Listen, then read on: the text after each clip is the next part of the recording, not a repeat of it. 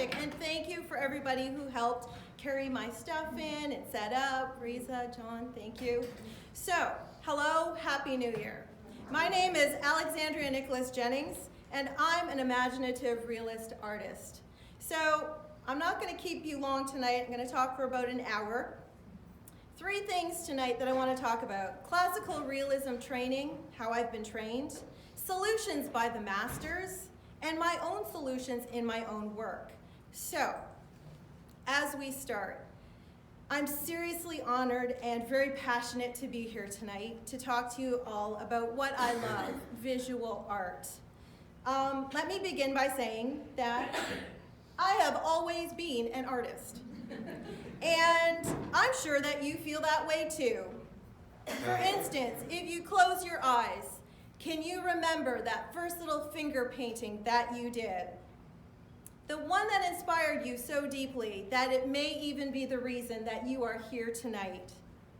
Or can you remember that first crayon drawing that you did, that you swore was so real it could walk right off the page? Or maybe that sculpture that you mushed out of Play-Doh that clearly should have ended up in the MoMA or the Met.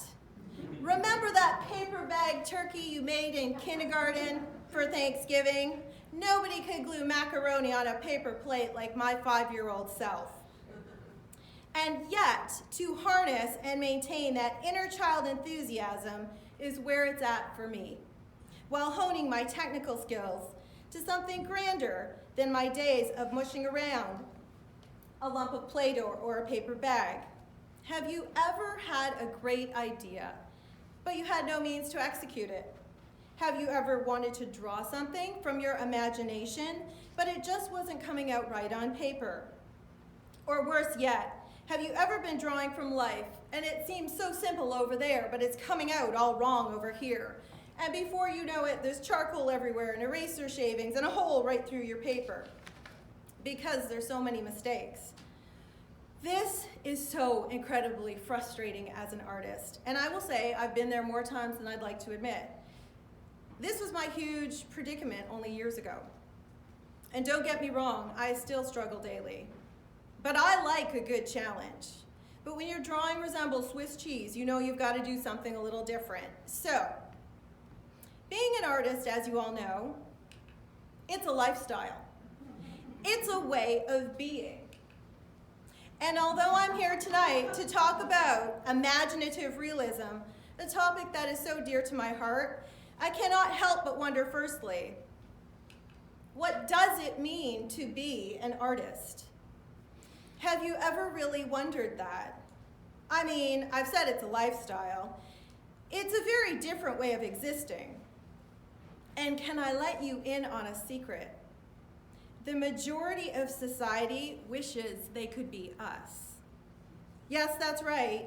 To throw caution to the wind, to get creative. Leave that 9 to 5 to pursue that crazy and awesome thing called art. Think about it. Thousands of tourists board airplanes every year to visit museums exhibiting the greats. Masters like Caravaggio, Michelangelo, and Rembrandt, to mention a few. No slight to mathematics, but I've never heard of hordes of tourists boarding an airplane to visit a math equation. No, they're going to see art. People are intensely curious about how and where those rock star artists live. They want to be us because we are dramatic,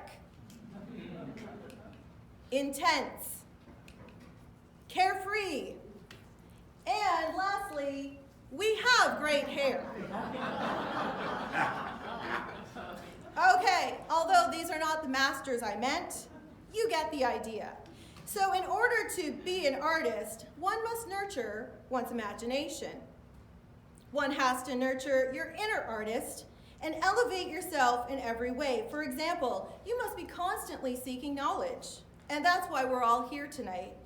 And I'm very humbled by this opportunity to learn and grow with other like-minded artists like yourselves.